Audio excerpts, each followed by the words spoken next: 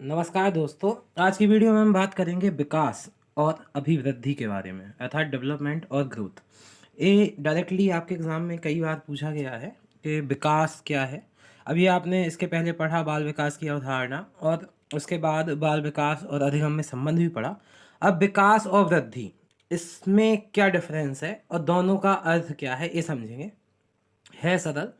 विकास को आप सर्वांगीण विकास की दृष्टि से देख सकते हैं, और अभिवृद्धि में आप लंबाई चौड़ाई ये सब मतलब मात्रात्मक रूप से वृद्धि को देख सकते हैं, डेवलपमेंट और ग्रोथ को लेके।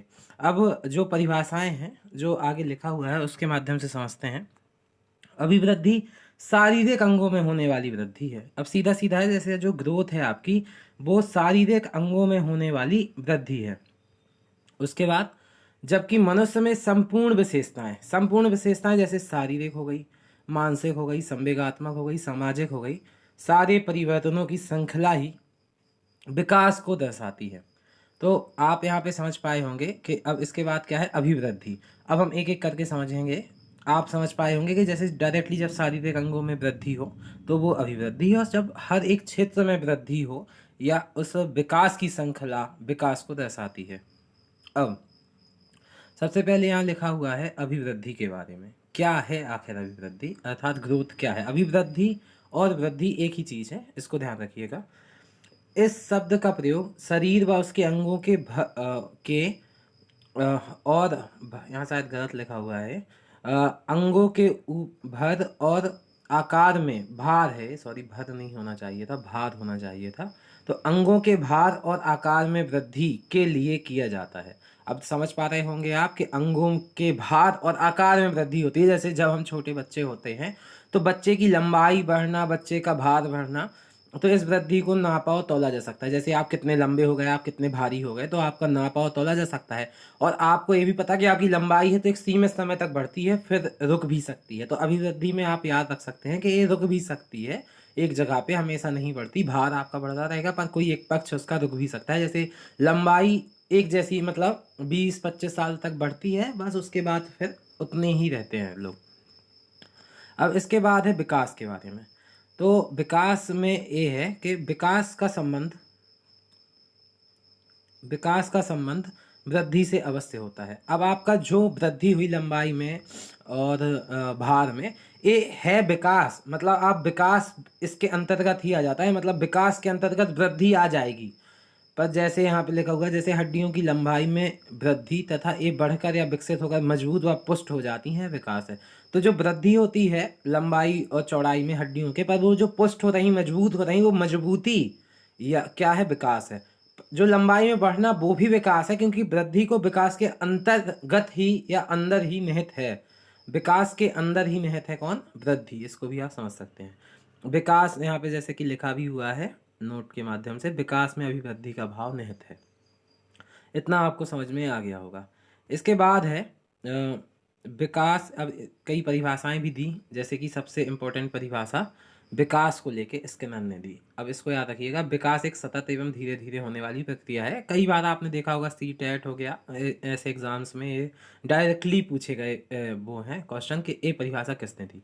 तो मैं क्या कहता हूँ कि अपनी वीडियोज़ में एकदम सरल परिभाषा जो याद हो सके और जो इम्पोर्टेंट भी हो, जो आई हुई भी हो, वो वाली केवल यहाँ परिभाषाएं। मैं सारी परिभाषाएं नहीं देता क्योंकि याद करना कठिन होता है। तो एकदम सरल परिभाषा और जो इम्पोर्टेंट हो, जो आती हो, तो कम से कम उतना याद हो जाए। तो जो परिभाषा मेरी वीडियो में है उसको याद करके चलिएगा। तो यहाँ पे क्या है, जैसे विकास एक सतत और धीरे धीरे होने वाली प्रक्रिया है, ये आपको ये याद भी हो जाएगा। और किसने कहा, स्किनर ने। अब उसके बाद बहुत ज़्यादा इम्पोर्टेंट, कम से कम हजारों बार पूछी गई परिभाषा वुडवर्थ की, कि बालक का विकास वंशानुक्रम एवं वातावरण का गुणनफल होता है। तो इसका याद रखिएगा कि जब विकास होता है तो वो वंशानुक्रम, जो मतलब डीएनए माता पिता से मिला, और जो वातावरण जिस परिवेश में बच्चा रहता है उसका गुणनफल है विकास, बालक का विकास। इसको याद रखिएगा, वुडवर्थ की हजारों बार पूछी गई परिभाषा है, वुडवर्थ ने दी, इसको याद रखिएगा। अब हम डायरेक्टली एक सारणी के माध्यम से विकास और अभिवृद्धि में अंतर को जानेंगे कि सीधे सीधे कि क्या है। तो जैसे वृद्धि है, अभिवृद्धि और वृद्धि एक ही चीज़ है, विकास है। तो वृद्धि मूर्त है, जैसे अब लंबाई चौड़ाई बढ़ेगी आपके शरीर की तो वो मूर्त है, दिखाई देती है। पर आपका ज्ञान बढ़ रहा तो वो दिखाई नहीं देगा, तो ये अमूर्त है। इसलिए तो ऐसे आप विकास को समझ सकते हैं। जैसे हड्डी की लंबाई बढ़ी तो वो मूर्त है, पर हड्डी की मजबूती दिखाई नहीं दे सकती, तो वो अमूर्त है, दिखाई नहीं देती। अब वृद्धि मात्रात्मक है। अब मात्रात्मक में आप कैसे समझेंगे कि मात्रा है, जैसे अपन एक तो लंबाई है या भार है, हम नाप सकते हैं।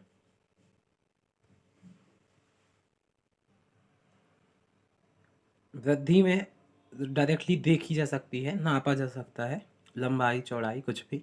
विकास में मात्रात्मक और गुणात्मक दोनों है। अब विकास दोनों कैसे है, क्योंकि मात्रात्मक आप वृद्धि को तो विकास में ही शामिल कर सकते हैं, और गुणात्मक के गुण जो आ रहे हैं वो जो दिखाई भी नहीं देंगे, गुण है आपके अंदर, आपने क्या सीखा, वो विकास के अंतर्गत आता है।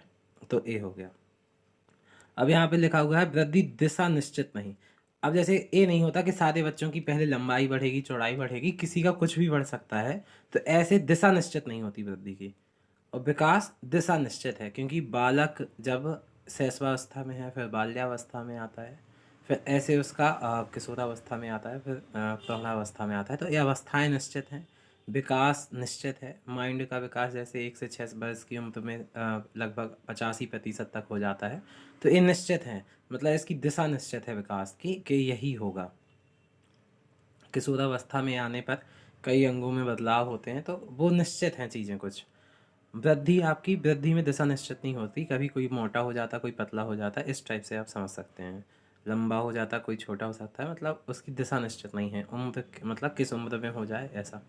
वृद्धि है कुछ समय बाद रुक जाती है। अब ये वृद्धि आपको दिखाई देना बंद होती है, जैसे लंबाई के माध्यम से आप समझ सकते हैं कि जब लंबाई आपने देखी है वृद्धि में, तो किसी की भी लंबाई आप देखते हैं जब, तो कुछ समय बाद रुक जाती है, या फिर 22 साल तक, 21 साल तक बढ़ती है, फिर वहाँ पे थम जाती है। तो इस टाइप से वृद्धि को के दिखाई देना बंद हो जाता है। वह विकास तो निरंतर चलेगा, क्योंकि आप सीखते तो निरंतर हैं, तो ऐसे आप समझ सकते हैं।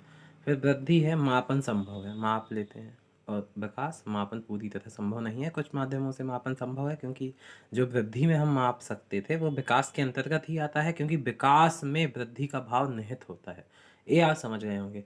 तो इस वीडियो में आप समझे कि वृद्धि और विकास में क्या अंतर है, और कुछ परिभाषाएं जो बहुत महत्वपूर्ण हैं, सरल सरल, और विकास और अभिवृद्धि के बारे में आप समझ गए होंगे। बहुत बहुत धन्यवाद आपका वीडियो देखने के लिए। जय हिंद।